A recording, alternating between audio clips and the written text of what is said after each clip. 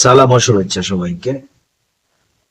গত 11 তারিখে অর্থাৎ শুক্রবারে চাঁদপুরের যে ঘটনা ঘটেছে, মসজিদের ইমামকে কুপিয়েছে এক মিলাদকে কেন্দ্র করে, এবং নবী করিম সাল্লাল্লাহু আলাইহি সাল্লামকে পিয়ন বলেছে, সেই ঘটনাকে কেন্দ্র করে এক মসজিদের ইমাম, যিনি অনেক পরিচিত একজন ইমাম, আহ নুরুর রহমান, তাকে কুপিয়েছে।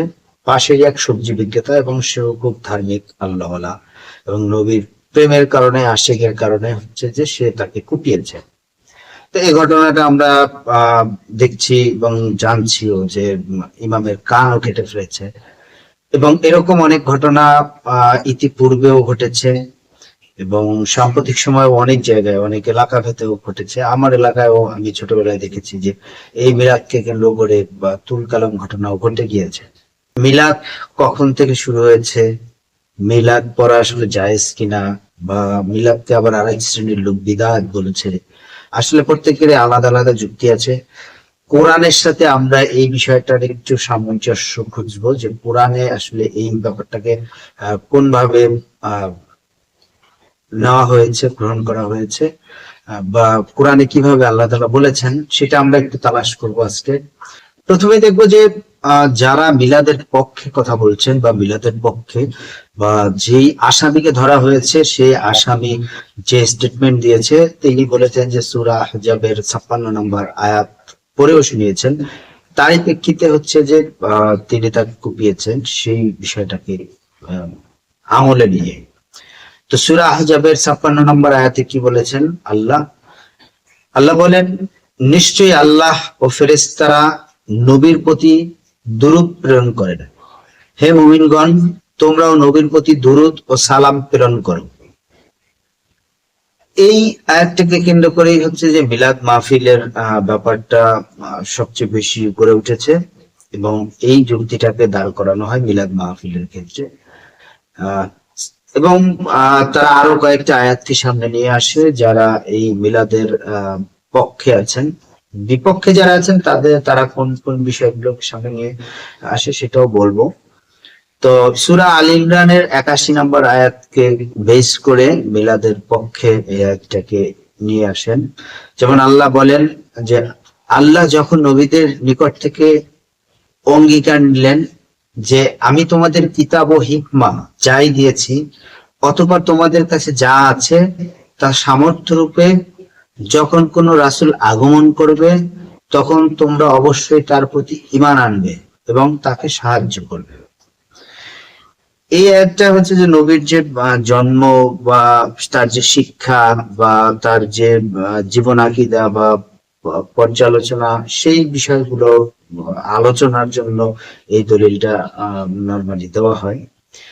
তো এভাবেই সবচেয়ে বেশি সূরা আহজাবের 56 নম্বর আয়াতকেই গুরুত্ব দিয়ে মিলাদের পক্ষে যুক্তি টানা হয়। সূরা আহজাবের 56 নম্বর আয়াতে বলেন, ইন্নাল্লাহা ওয়া মালাইকাতাহু ইউসাল্লুনা আলান নবী। এই সাল্লু শব্দটা হচ্ছে যে সেই সালাত শব্দের যে মূল শব্দ, সেটা হচ্ছে সাল্লু। সালাত হচ্ছে যে দোয়া, সেটাই মূল অর্থ হয়। যাই হোক, এখানে সাল্লু শব্দটা, উসাল্লুর শব্দটা হচ্ছে যে দোয়া হিসাবেই এসেছে। তো এই দোয়া করতেন কে? আল্লাহ এবং ফেরেশতারা। দুরূদ পেশ করতেন আল্লাহ এবং ফেরেশতারা। হে মুমিনগণ, তোমরা তোমার নবীর প্রতি দুরূদ পেশ করো। তো এই দোয়া কি? এই দোয়া যে আল্লাহ তুমি আমার নবীকে জান্নাতের বাসিন্দা বানায় দাও, বা নবীর জন্য দোয়া করা যে আল্লাহ তুমি আমার নবীকে আরো জান্নাতের উচ্চ মাকাম দান করো, এরকম। আমি নিজেই এক পাপী বান্দা, জঘন্যতম পাপী বান্দা, সেখানে নবীর জন্য আমি দোয়া করব, এটা মানে খুবই হাস্যকর মনে হয়। এখানে নবীর প্রশংসা, নবীর পর সালাম প্রেরণ করা হচ্ছে নবীর প্রশংসা, নবীর জন্য বিশেষ কোনো প্রার্থনা না। এক শ্রেণীর মানুষ এটাকে প্রার্থনার অবস্থানে নিয়ে গেছে, এবং সেই জন্যই হচ্ছে যে মূলত এই মুহূর্তে কন্ট্রাডিকশনটা অবস্থান করছে যে মিলাদ নিয়ে। তো সেই জায়গাটা থেকে মূলত হচ্ছে যে এই দ্বন্দ্বের উৎপত্তি। তো এখন এই যে মিলাদ প্রথা কিন্তু হযরত মুহাম্মদ সাল্লাল্লাহু আলাইহি সাল্লামের সময় ছিল না, কিংবা হযরত মুহাম্মদ সাল্লাল্লাহু আলাইহি সাল্লামের পরবর্তী 300 বছরের মধ্যেও ছিল না। বিশ্বনবীর ওফাতের প্রায় 300 বছর পরে হচ্ছে যে এই মিলাদ প্রথা শুরু হয়। যেই সময়টায় অনেক জাল হাদিসের একটা প্রচলন ছিল, সেই জাল হাদিসের ভিড়ে এই মিলাদ প্রথাটা হচ্ছে যে মূলত সূত্রপাত হয়। তো এরপরে প্রায় গত 1200 বছরেও এই বিষয়টার কোনো বিতর্কের সমাধান হয়নি এখন পর্যন্ত। আপনি আমি মিলাদের পক্ষে যতই যুক্তি প্রমাণ উপস্থাপন করি, যে শ্রেণীর মানুষ মিলাদ কে বিদায়াত হিসাবে গণ্য করে, তাদের আপনার আমার বলায় কোনো ধারবে না বা কোনো কাজে আসবে না। আবার যারা মিলাদ পালন করে তাদের ক্ষেত্রে যদি আমি যতই হচ্ছে যে তাদেরকে মিলাদ বিদাত বা মিলাদ অমুক অমুক এই নানান রকমের যুক্তি দাঁড় করায়, সেগুলো সম্পূর্ণ বৃথা। এবং প্রত্যেকেই যেইটা চিন্তা করে আছে সেইটাই চিন্তা করবে, এটাই হচ্ছে যে এই মুহূর্তের বাস্তবতা। আমার ব্যক্তিগত অপিনিয়ন হচ্ছে যে অনেকেই যে মিলাদকে সুন্নাত বলছেন এবং অনেকে মিলাদকে বিদআত বলছেন। আমার ব্যক্তিগত অপিনিয়নের জায়গাটা থেকে সেটা হচ্ছে যে আমি মিলাদকে সুন্নাত বলবো এবং বিদআত বলবো। যখন এটা সুন্নাত হবে যে বা একত্রিত মজলিসের মতো জমা হয়ে যে জায়গাটায় কোরআন পাঠ হবে, দুরূদ পাঠ হবে, বিশ্ব নবীর আলোচনা, জীবনী আলোচনা হবে, সেই জিনিসটাকে আমি নবী করিম সাল্লাল্লাহু আলাইহি সাল্লামের জীবনী, সেটা থেকে যে শিক্ষা হবে সেটাকে একটা বিশেষ ইবাদত হিসাবে বা বিশেষ একটা মর্যাদাশীল একটা আসর বা কোরআন তিলাওয়াতের স্থান হিসাবে আমি বিবেচিত করতে পারি। সেটা থেকে মিলাদ হয় হোক কিংবা এর অন্য কোনো নাম হতে পারে। কিন্তু এখন মিলাদের জায়গায় মজলিসের জড়ো হয়ে যদি মন গড়া যে দুরূদ পাঠ করা, নবীজিকে হাজির নাজির রেখে অনেক জায়গায় আছে দাঁড়ানো বাধ্যতামূলক, কিয়াম না করলে সেটা আবার বিদআত, নবীর দুশ্মন বলে সেই জায়গায় আবার ভৎসনা করা হয়।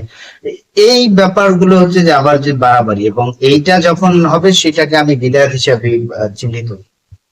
এখন নবীকে যারা ভালোবেসে, নবীর শান মানকে ভালোবেসে, নবীকে যে সর্বদা শ্রদ্ধা করা, যখন কারো প্রতি কারো ভালোবাসা তৈরি হবে তখন সে তার সর্বসময় শিরায় উপশিরায় ধমনীতে অন্তরে সব জায়গায় তখন তার সেই বিষয়টা বাজতে থাকবে। অর্থাৎ আখলাকের মধ্যে দিয়ে, চরিত্রের মধ্যে দিয়ে সেই বিষয়গুলো তখন ফুটে উঠবে যে আমি যে জিনিসটার প্রতি দুর্বল, সেই জিনিসটা আসলে পাওয়ার জন্য আমার যেই কাজটা করা দরকার তার মতো হওয়া দরকার। তো এখন যে যাকে ভালোবাসবে সেটা তার মধ্যে সব সময় বিরাজ করবে, সব সময় অবস্থান করবে। এখন সেটার ক্ষেত্রে যদি কোনো বাধ্যবাধকতা তৈরি হয়, সেই ক্ষেত্রে অতি বাড়াবাড়ি হয়ে যাবে। সমস্ত প্রশংসা আল্লাহ তাআলার, একমাত্র ইবাদত প্রাপ্য ও একমাত্র আল্লাহ তাআলারই। তো সেই ইবাদতের জায়গায় যদি কাউকে আসীন করার মতো চিন্তা হয় এবং সেটা অব্লিগেটরি হয়, বাধ্যতামূলক হয়, সেইটা শিরকের পর্যায়ে চলে যেতে পারে।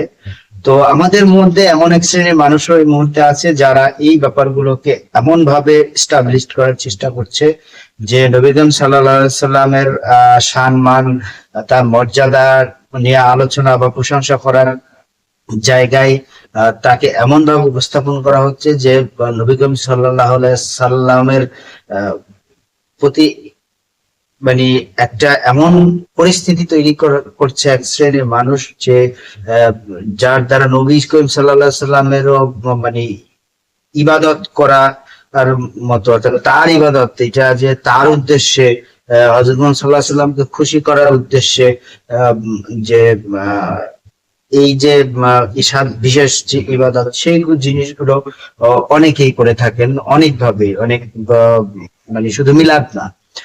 কিন্তু এক্ষেত্রে একটা ব্যাপারে সতর্ক থাকতে হবে যে সমস্ত ইবাদত প্রাপ্য শুধুমাত্র একমাত্র আল্লাহ তাআলার।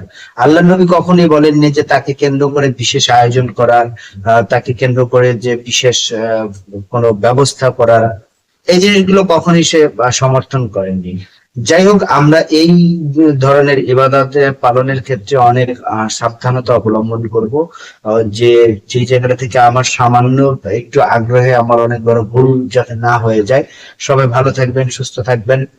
আসসালামু আলাইকুম।